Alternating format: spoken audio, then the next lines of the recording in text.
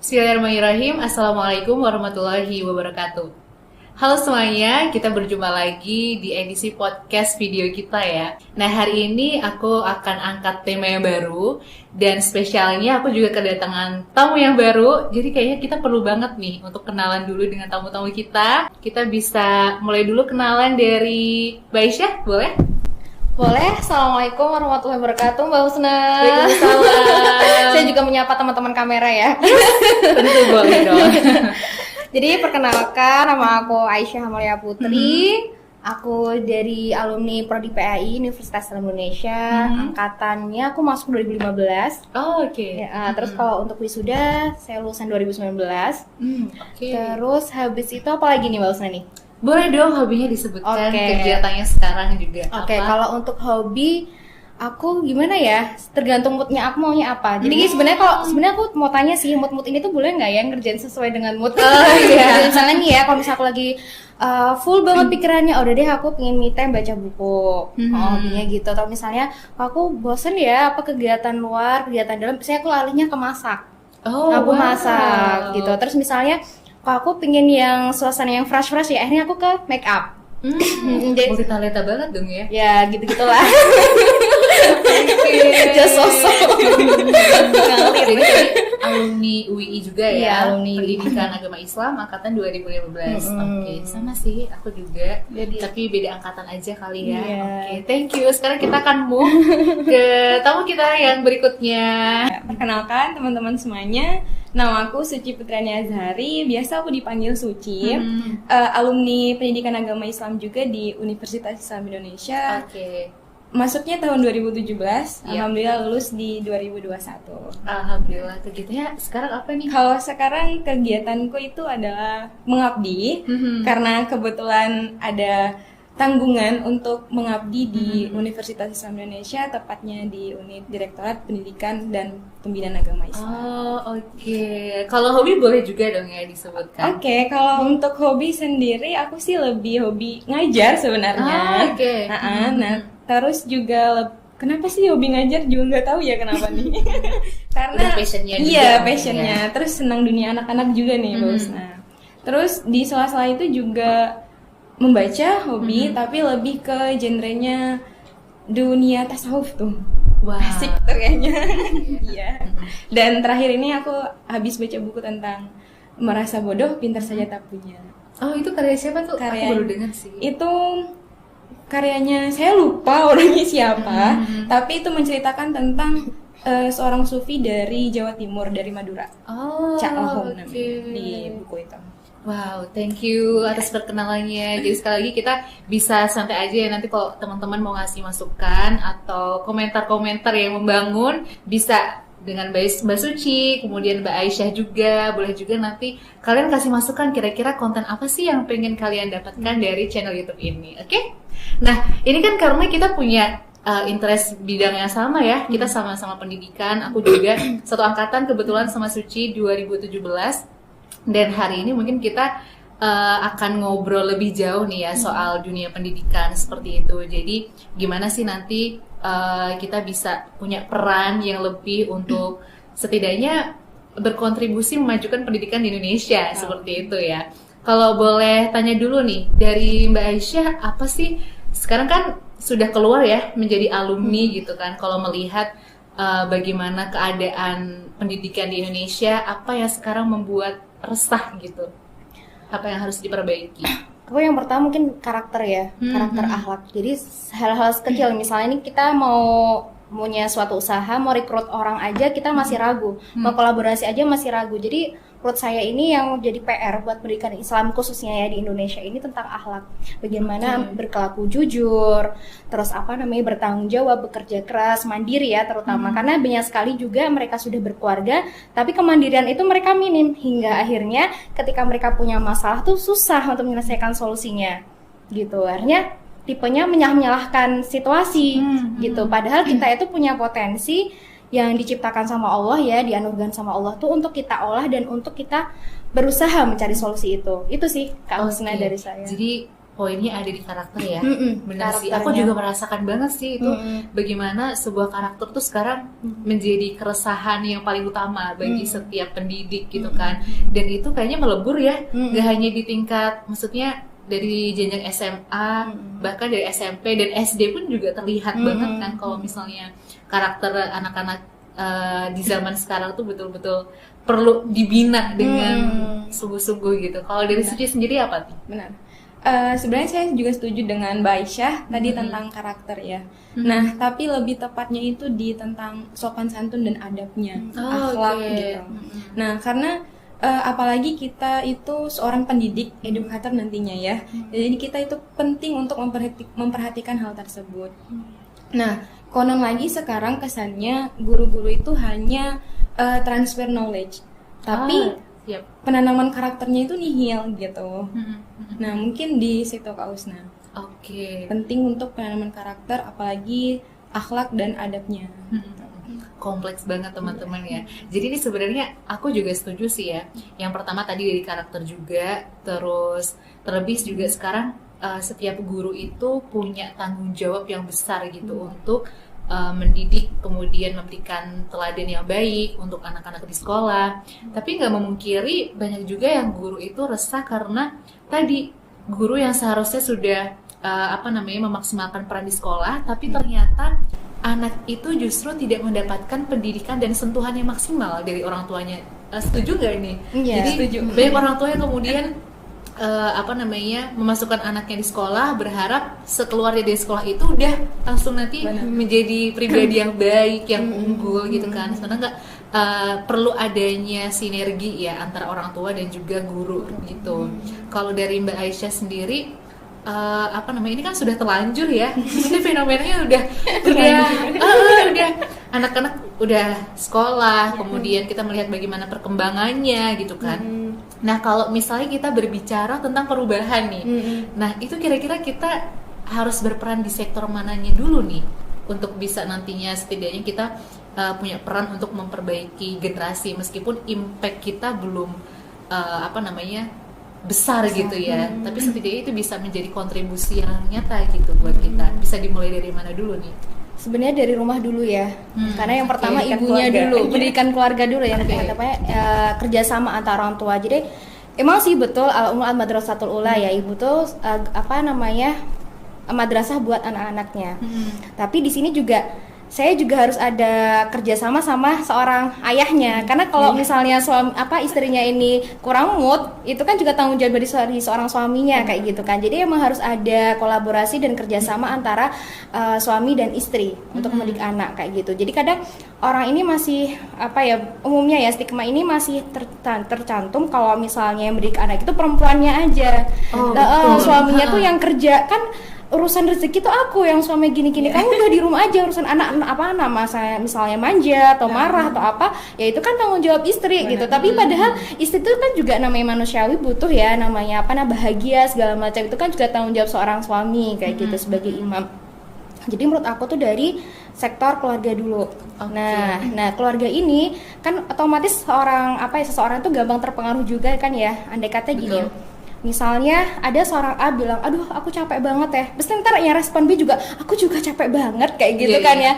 Itu gitu jadi akhirnya dari A B C dia bilang, aku tuh capek banget. Kamu tuh capeknya biasa aja. Aku di rumah nyuci baju sendiri segala macam. Jadi tuh akhirnya satu perkataan tuh melebar ke semuanya. Akhirnya kayak beradu nasib. Kalau aku tuh bebannya paling berat. Akhirnya kayak gitu, nggak ada positifnya. Iya, terus akhirnya yang kedua itu masyarakatnya. Kita bolehlah memulai dari lingkup RT. Lingkup RT kita mengedukasi ibu-ibu, mengedukasi para bapak-bapak. Kalau ini loh pentingnya seorang anak kalau misalnya kedepannya sebagai generasi yang diunggulkan untuk umat kayak gitu. Nah, kalau sudah ada kesadaran itu kan otomatis nanti yang masyarakat lain itu akan melihat, oh iya ya, ternyata di RT ini tuh anak-anaknya bagus, tata keramanya bagus, segala macam. Oh, ternyata kenapa sih rahasianya? Kan orang akan mencari, oh ternyata begini. Terus akhirnya dari situ juga perlu kerjasama sama sekolahnya, gimana memelihara sekolah yang baik buat anak. Terus yang bisa ada saling interaksi dan keterbukaan ya, transparansi antara orang tua. Itu jadi poin-poin penting untuk perkembangan anak. menurut aku seperti itu sih Kak Usna. Oke, setuju ya. Dari keluarga dulu, habis itu dari masyarakat. Mungkin kalau misalnya keluarga itu kan ibarat peradaban terkecil ya. Jadi dari diri sendiri, kemudian nanti kita berperan di keluarga. Saat keluarga itu sudah berhasil, mungkin sudah punya kurikulum yang tetap, kurikulum unggulan untuk mendidik keluarga tersebut, pasti secara otomatis keluarga itu akan memancarkan sinar peradaban ya, ibarat akan menjadi contoh, role model untuk masyarakat setempat. Setuju ya? Itu jadi betul sekali. Jadi memang perlu sekali untuk dimulai dari keluarga. Kemudian kalau misalnya keluarga yang sudah berhasil betul-betul, itu akan secara otomatis dia menjadi role model untuk masyarakat tersebut yang di daerah tersebut. Dan kayaknya penting juga nih memilih lingkungan ya. Jadi sebelum mungkin kedepannya sebelum memilih rumah gitu ya. Iya betul. Dimulai dari memilih rumah. Iya.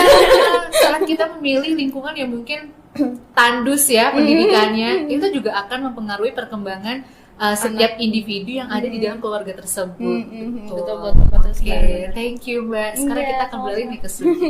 Suci, bagaimana nih tanggapannya kira-kira? Oke, nah kalau kita sendiri kan sebagai pendidik tadi ya, pasti kalau seorang pendidik yang namanya di lembaga formal kan jadi guru. Ya, nah, betul. Benar. Kalau tadi Mbak Aisyah bilangnya dari keluarga, memang itu yang intinya. Karena kan pendidikan yang terpenting itu dari keluarga gitu. Makanya ada nih orang-orang yang bilang mendidik anak itu bukan sejak dalam kandungan, tapi sejak mencari pasangan. Nah itu juga. Tapi di sisi lain, kalau kita sebagai pendidik yang di sekolah formal, itu tadi harus ada program komunikasi antara orang tua dan guru. Nah itu nanti kepentingannya supaya kita tahu nih perkembangan anak ketika di rumah dan ketika di sekolah. Nah, orang tua itu hanya ketika menaruhkan anaknya di sekolah nih, menyekolahkan anaknya, harapannya anaknya itu baik gitu di sekolah itu. Pastinya memilih pendidikan yang terbaik gitu kan. Tapi di sisi lain, anak itu bukan dipengaruhi dari lingkungan sekolah aja gitu loh, di lingkungan masyarakatnya juga tadi. Nah, banyak yang sering terjadi anak itu beda ketika di rumah dan ketika di sekolah, bener nggak? Karakternya itu beda gitu. Nah, makanya harus ada juga komunikasi antara orang tua dan guru yang di sekolah. Nah, setelah adanya komunikasi, kemudian kita bisa mengevaluasi apa yang perlu ditingkatkan dengan karakter anak itu. Mungkin di situ. Jadi memang perlu setiap orang tua baik ayah dan ibu untuk bersinergi langsung ya dengan gurunya. Jadi tidak kemudian melepas anaknya, oke lah di sekolah sudah aman nih, kegiatannya udah full day, kemudian fasilitasnya juga udah mendukung, pasti ya perkembangan anak akan baik ya di sekolah. Tapi ternyata saat sudah kembali di rumah, lingkungannya beda lagi seperti itu. Ya setuju banget. Nah ini karena sama-sama dari PAI ya, boleh dong kedepannya nih kira-kira kalau dari Mbak Aisyah sendiri pengen buat apa nih, gebrakan atau program apa harapannya, karena ini sangat penting ya, apalagi kita kan anak muda nih punya jiwa yang kreatif. Dan kreativitas kita itu tidak bisa dijangkau oleh orang tua zaman dahulu. Mungkin mereka punya pendidikan dengan model yang ya seperti dunia mereka gitu kan. Tapi saat sudah melihat bagaimana era sekarang, itu kita sebetulnya sebagai generasi muda punya masukan-masukan yang bisa membangun gitu untuk tadi memberikan pendidikan yang jauh lebih baik. Kalau dari Mbak Aisyah pengen membuat apa sih, karya apa atau program apa yang itu bisa mendukung nih ke depannya. Siapa tahu nanti teman-teman juga bisa ngebantu ya, bisa kolaborasi bareng sama Mbak Aisyah di satu visi gitu. Amin. Kalau inovasi untuk perubahan dari dulu yang saya pengen itu lingkup ini ya, anak-anak kindergarten ya. Jadi sebuah anak-anak PAUD lah. Jadi situ saya pengen banget, kayaknya lucu ya kalau misalnya punya sekolah anak-anak kayak gitu, mereka udah bisa attitude-nya bagus, ada nilai-nilai Islam yang sudah mereka tanam, terus bisa mandiri kayak gitu kan, terus bisa menjadi permata hati ya untuk orang tuanya. Jadi kerota ayun kayak gitu. Jadi ketika masih kecil, misalnya orang tua kan pasti ada juga ya, apalagi zaman-zaman sekarang tuh inflasi udah mulai naik, ya kan? Betul. Orang tua tuh stres banget, aduh kan gimana nih keuangan segala macam, otomatis nanti ke depannya ini laki-laki perempuan tuh akan bekerja kayak gitu. Karena emang kita kayak dimulai dari pandemi ini sampai ke depannya tuh dihadapi dengan situasi yang tidak terduga. Benar. Iya, apalagi baru-baru ini kan pom bensin BBM naik. BBM naik. Kok pom bensin kan naik ya. Merasakan semuanya ini. Nah, itu jadi Efeknya kemana-mana. Jadi kayak emang kita tuh dituntut untuk adaptasinya tuh cepet kayak gitu sekarang. Nah, terus aku ngerasa kayaknya ke depan ini bakal semua laki-laki perempuan tuh akan bekerja. Jadi kalau misalnya kita mendidik seorang anak dari kecil, mereka udah bisa cara bersopan santun, mandiri misalnya. Dari hal kecil lah dia dalam tata cara di kamar mandi, tata cara dia bisa makan sendiri, ngambil makan sendiri, cuci piring sendiri, kayak gitu kan ya. Usia-usia anak-anak tuh lebih menenangkan. Jadi kayak di situ tuh di rumah benar-benar baiti janati. Ya udah, Masya Allah, ternyata punya anak yang ini ya solihah banget kayak gitu kan. Habis itu sebelum ayahnya berangkat kerja, ibunya berangkat kerja, mereka udah udah langsung respon cepet ya, langsung ngucapin salam, berjabat tangan kayak gitu kan ke orang tuanya. Nanti kalau misalnya habis selesai dia bermain terus bisa nata mainan itu sendiri. Jadi orang tua tuh pelan-pelan udah nggak pusing, ya kan, karena punya anaknya tuh emang menenangkan sekali dengan dididik seperti itu. Jadi yang pertama kalau menurut aku mandiri ya, anak-anak tuh mandiri dari hal kecil. Soalnya kan sekarang banyak banget mendidik anak itu tidak dimulai dari akhlak dulu, tapi gimana caranya bisa baca dulu, bisa menghitung dulu, jago mata pelajaran dulu, tapi lupa karakternya itu tuh nggak ditanemin dulu kayak gitu. Maka kalau saya rasa ketika mereka udah punya karakter dulu yang diutamakan, otomatis ilmu itu tuh dia akan mengikuti dan dia tuh akan rasa pengetahuannya tuh tinggi. Aduh, aku kan misalnya kan kalau anak-anak dilatih rasa kemauannya tinggi tuh misalnya ya, cara ngambil makan nasi sendiri tuh anak-anak tuh seneng loh. Penasaran, kadang belum disuruh aja udah ambil sendok dulu, udah ambil apa dulu. Tapi kalau kita arahkan, bener, rasa ingin tahunya tuh tinggi. Tapi kalau kita udah diarahkan, otomatis kan di situ dia belajar ingin mencari tahu. Ketika anak udah belajar tentang mencari tahu, otomatis ilmu-ilmu lain tuh dia akan penasaran terus.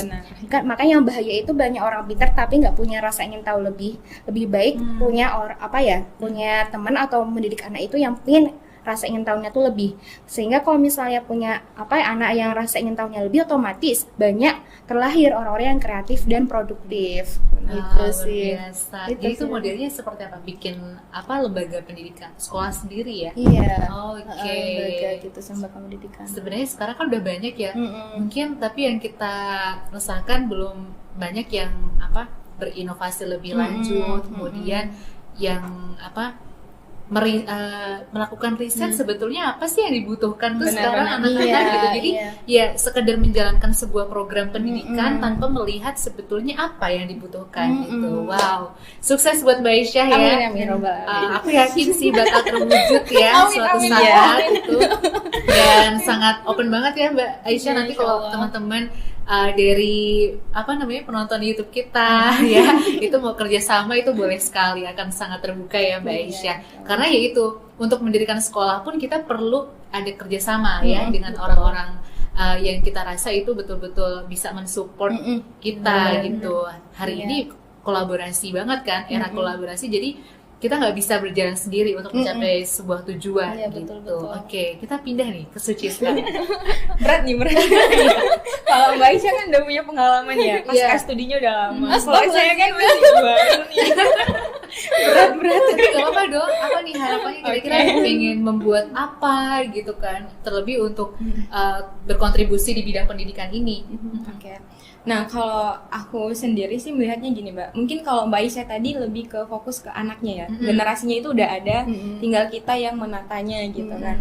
Tapi terkadang kita juga mengabaikan, bahkan kita nggak memperhatikan gimana kitanya nih sekarang. Kita kan belum pada menikah nih ya.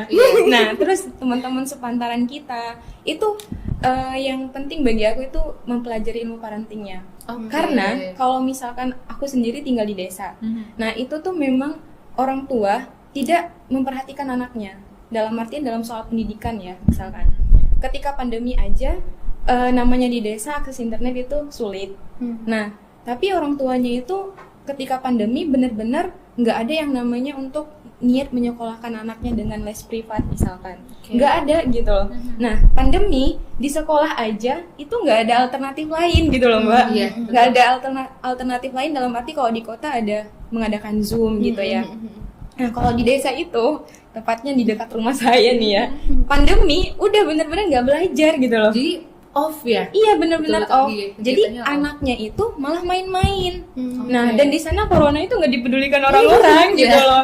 Nah, dalam artian kan parenting orang tuanya itu kurang gitu ya, nggak memperhatikan anaknya itu ke depannya mau jadi apa. Masa sekolahnya aja kalau yang saya lihat itu cuman sebatas di sekolah, di rumah itu nggak ada. Kalau nggak diajarkan sama gurunya di sekolah, orang tua nggak bakal ngajarin. Bahkan orang tua juga nggak tahu gitu loh. Iya, Nah yang itu, membuat resah, betul. nah jadi kalau misalkan aku sendiri kayaknya kita perlu ada yang namanya kesadaran dulu, kesadaran anak Dalam muda ya, nih, kesadaran dulu nih. kesadaran dulu supaya nanti ketika mendidik anak itu benar-benar kita udah punya ilmunya. Dalam artian di sini kan ilmu parenting ya, Iya. gimana menanggapi anak, terus tuh ketika anak itu tantrum misalkan seperti apa, terus tuh nanti anak ini mau diarahkan kemana gitu. Sedangkan soal agama aja itu anak aja dimulai dari orang tua yang membawakan dia Yahudi, Nasrani dan lain sebagainya kan, apalagi yang lainnya gitu loh. Nah makanya kesadaran dari kita yang anak muda bukan hanya yang kayak menggebu-gebu untuk menikah gitu. betul, ya. Nah tapi kita nggak ada ilmunya, hanya sekedar menghalalkan yang haram gitu. Tapi kita nggak ada ilmunya gitu. Sebenarnya itu sih Mbak, lebih kita kayak kesadaran diri, diskusi tentang bahwa di rumah tangga itu dan mendidik anak itu bukan hanya sekedar di sekolah aja. Perlu kita yang awalnya gitu, intinya gitu. Oke, thank you. Mungkin bisa nih Mbak Husna nanti kayak bikin diskusi atau kajian mengenai parenting, kayaknya Mbak Husna banyak baca hal seperti itu. Ya semoga ya suatu saat ya nanti kita bisa kolaborasi untuk Benar. itu kan bisa menciptakan ruang belajar juga Iya, ya ruang buat belajar. teman-teman. Jadi kita bukan fokus ke anaknya aja, tapi mulai dari kita dulu nih gitu. Iya, betul. Tadi kalau dari Mbak Aisyah insight-nya tadi mungkin bisa berperan bagaimana kita juga membenahi dunia eksternal ya, dari iya. eksternalnya. Kalau dari Suci itu dari internal. Internal. Ini dalam banget sih kesadaran nih. Kalau kita nggak punya kesadaran ya bagaimana kita mau tergerak untuk belajar Benar. gitu kan. Sementara pasti ya setiap orang tua itu nanti akan diuji, akan punya kurikulum yang berbeda gitu. Maksudnya dalam mendidik setiap anak gitu. Misalnya ada 2 anak, pasti anak yang pertama sama kedua akan beda.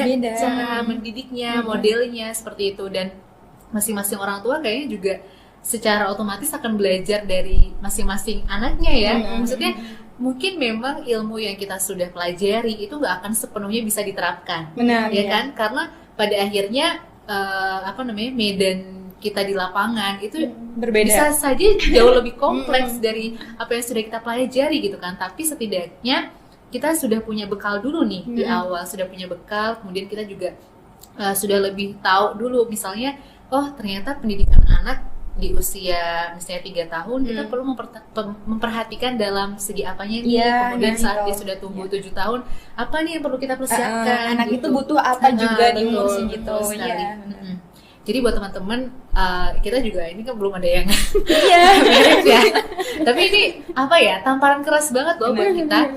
Karena di luar sana itu banyak orang yang kemudian terburu menikah, perceraian juga di Indonesia. Di Indonesia itu datanya semakin meningkat gitu kan.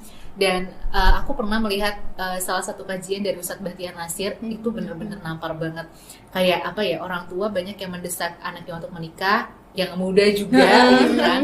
Tapi di sisi lain dia nggak mempersiapkan kayak misalnya dari psikologi dirinya sendiri sebagai perempuan, laki-laki, kemudian bagaimana mempelajari psikolog anak gitu kan. Padahal itu bagian yang penting banget untuk dipersiapkan. Jadi kita perlu dulu tadi dari Mbak Suci ya, kita harus punya kesadaran untuk belajar dulu. Kemudian dari situ juga kita jangan terbatas ya dari segi fasilitas. Kita merasa kalau kita belum punya handphone yang kekinian kita nggak bisa belajar tuh ya. Nah jadi kita bisa memulai dengan hal-hal yang terdekat gitu. Kalau misalnya nanti di masjid ada kajian-kajian yang itu bisa membantu teman-teman untuk lebih mudah mengakses ilmu, udah datang aja ke situ gitu kan, nggak perlu ada akses internet kan. Nah buat kita yang mungkin sekarang tidak hobi baca buku gitu kan, kita bisa mengakses pembelajaran atau materi-materi yang ada di podcast-podcast, kemudian video-video yang itu bisa membangun kita juga gitu. Dan sekarang untuk buku-buku digital juga udah banyak ya, seharusnya kita juga punya kesadaran yang lebih dong gitu. Dan apa ya, membaca buku kayaknya penting juga ya, meskipun nggak terjadwal gitu kan, setiap harinya berapa, tapi mut-mutan tadi Mbak. Iya, itu benar, kerasa banget ya. Karena membaca buku itu benar-benar bisa membantu kita baik untuk punya wawasan yang luas, terus juga bisa membantu kita untuk punya strategi dalam memecahkan masalah yang berbeda. Ya, terasa nggak sih kalau kita baca buku jadi kayak, apalagi kalau buku itu kayak kita banget gitu loh. Setelah baca wow, relate banget gitu kan. Itu gue nih. Iya benar. Karena aku pernah juga lagi galau ya, galau masalah tentang asmara. Bukan dong, jati diri. Aku kemudian berkunjung ke salah satu toko di Gramedia. Waktu itu aku posisinya lagi ada di luar Jogja ya. Di situ aku mengunjungi Gramedia di salah satu kota. Aku pegang tuh bukunya. Buku itu ternyata waktu aku lihat sinopsisnya gitu kan. Wah, ini kayaknya aku banget nih ya. Setelah dibuka sampai kamar bisa full baca satu malam tuh selesai bukunya. Dan ngerasa banget itu dengan membaca bisa memberikan pencerahan. Kemudian beda lah ya rasanya saat kita sudah membaca atau enggak membaca gitu kan. Membaca buku betul-betul membantu. Sementara ya itu sekarang sudah banyak penulis-penulis baru yang kemudian launching buku-buku yang berkualitas. Seharusnya kita juga punya kemauan untuk mengejar ilmu itu gitu, karena penting kan ya, penting sekali. Wah, keren banget sih ya. Dalam nih. Iya, tantangan kita juga banyak loh ya sekarang. Kita nih anak-anak muda sekarang punya tanggung jawab yang besar untuk memegang istilahnya estafet kehidupan ya. Estafet kehidupan yang setelah ini kita melihat era-era sekarang aja udah ujiannya masya Allah ya. Benar, apalagi besok di zaman kita kayak kita mental yang lebih kuat nih. Betul. Boleh Doyang, ini sebelum kita closing ya, kalau dari Mbak Aisyah apa nih kira-kira masukan atau motivasi buat teman-teman semuanya agar lebih tergerak lagi buat belajar gitu kan? Karena di luar sana kayaknya banyak juga teman-teman yang punya motivasi yang rendah untuk belajar. Mungkin karena dia sudah terlanjur terjun di lingkungan yang rusak, kemudian dia malu belajar. Ada kan ya yang seperti itu. Nah, itu mungkin Mbak Aisyah perlu banget tuh kayak ngasih motivasi buat teman-teman semuanya agar lebih semangat juga buat belajar gitu. Oke, sebenarnya gimana ya, belajar itu yang pertama tidak merugikan ya. Dengan belajar kita akan menambah sebuah wawasan tentunya, dan lebih-lebih lagi kita akan mendapatkan pengalaman baru. Dengan belajar juga kita akan menambahkan relasi, dengan belajar akan membuka jendela dunia, dan dengan belajar akan menumbuhkan jiwa yang kreatif, karena dari kita belajar ini akan banyak sekali ide-ide, dan akhirnya kita kalau misalnya lebih baiknya lagi kan jadi outputnya dalam belajar itu kan kita bisa mempraktekkan dan mengamalkan.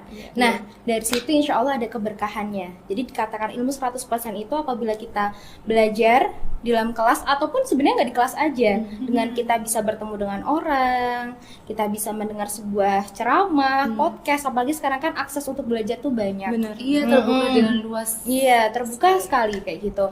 Dan kita bisa belajar, kemudian kita praktekkan diri kita untuk kita sendiri. Nah, kita udah bisa nih merasakan dari ilmu yang kita dapatkan, kita praktekkan, kita sampaikan. Karena akan mempengaruhi orang. Nah, dari situ kita sampaikan, pahala itu akan terus bercucuran. Mengamalkan lagi terus, dan dengan mengharapkan nanti yang kita sampaikan ke orang itu juga menyampaikan ke yang lain. Jadi di situ ladang-ladang pahala itu akan meluas. Dan insya Allah bisa menjadi bekal kita untuk menuju akhirat. Ya, surga insya Allah. Amin ya Allah. Jadi sekarang nih masukan motivasi buat teman-teman juga. Kalau motivasi dari aku sih untuk supaya kita terus belajar ya. Sebenarnya kembali ke sadar tadi Mbak nih. Nah, bahwa ketahuilah bahwa manusia itu tidak ada dilahirkan dalam keadaan yang mempunyai ilmu. Ta'alam falaisal mar'u yuladu aliman, benar kan? Nah, jadi kita harus terus mencari ilmu. Masa kita mau dibodohin sama orang lain gitu loh. Kadang kalau kita aja ngobrol sama teman itu kita mereka lagi ngobrolin suatu topik gitu, terus kita nggak nyambung kan rasanya gimana gitu ya. Kayak ini bukan circleku, sebenarnya bukan masalah circleku atau enggaknya, kitanya aja yang nggak ingin mencari tahu tentang itu betul, gitu. betul. Coba kalau kita udah belajar dengan cara satunya itu membaca. Nah, selain membaca kan sekarang kita juga tadi melihat dari ceramah-ceramah yang ada di media sosial gitu kan. Nah, sedikit aja kita tahu, kadang kita kalau ngobrol sama orang tuh nyambung gitu kan, walaupun nggak yang sampai dalam-dalamnya gitu. Nah, intinya kita jangan kayak jadi orang asing aja di tengah orang lain gitu loh, di tengah orang membicarakan hal ini ya kita setidaknya tahu. Nah, makanya harus mencari terus, belajar terus. Nah, meski kalau misalkan kita udah belajar jangan merasa puas. Nah, dalam artian ketika kita ngobrol lagi sama yang lain, sama teman-teman yang lain, kita nggak mau menghargai pendapat orang lain gitu. Nah, itu bahaya sekali. Itu tadi merasa pintar itu nggak baik gitu loh gitu. Makanya harus terus mencari. Betul sih. Dan banyak ya kayaknya terkadang kita juga ada di fase itu nggak sih? Iya. Kita sudah merasa puas dengan apa yang kita miliki. Benar. Sehingga itu kadang juga terhambat oleh mager gitu ya, kemudian mut-mutan. Itu benar-benar kita harus lawan. Dan mungkin sedikit juga masukan dari aku, kalau misalnya dirasa kita belum bisa menolong diri kita sendiri sepenuhnya, kan kita bisa memilih ya lingkungan yang baik dan lingkungan yang tidak, yang suportif dan yang itu justru lingkungan yang merusak diri kita. Saat kita mungkin punya motivasi belajar yang rendah, kita bisa memaksa diri kita untuk mendekati lingkungan yang itu bisa merangkul kita. Benar, ya kan? iya. Jadi orang-orang yang dia punya energi positif, dia punya semangat untuk belajar, untuk berkarya. Saat kita tergabung dalam lingkungan mereka, secara otomatis kita juga akan ikut dirangkul ya. Maksudnya kita juga akan punya energi. Ada magnetnya berarti. Ibarat magnet gitu ya, betul sekali. Itu aku kerasa banget sih. Jadi kadang mungkin kita dihambat oleh mager, mutan gitu ya. Tapi kita harus punya kemauan yang keras banget buat bisa mengarahkan diri kita. Ayo, kalau misalnya di kamar seperti ini, kita coba keluar gitu kan, mencari misalnya bergabung dengan lingkungan masjid, kemudian bisa juga nih ke seminar-seminar, karena sekarang udah mulai belajar normal ya, webinar juga itu bisa membantu kita semua teman-teman. Jadi pesan dari kita semuanya hari ini, kalau misalnya kita mau berkarya, kita mau berbuat sesuatu, kita harus siap dulu dengan bekalnya gitu. Kita harus menyiapkan diri dengan ilmu-ilmu yang kita butuhkan agar nantinya jalan yang akan kita tempuh juga semakin mudah gitu. Kita masing-masing dari kita punya rencana besar ya, ya kan? Saya yakin sih ya, yakin banget. Dan pasti bisa suatu saat kita merealisasikan hal tersebut. Tapi jangan lupa, ini karena kita juga masih muda, teman-teman juga yang nonton nih mayoritas, kalau aku lihat ya kan bisa dipantau ya di YouTube itu usia berapa, itu rentang usianya masih rentang usia produktif tuh, 20 sampai 30-an. Jadi itu pesannya satu, jangan pernah berhenti untuk belajar.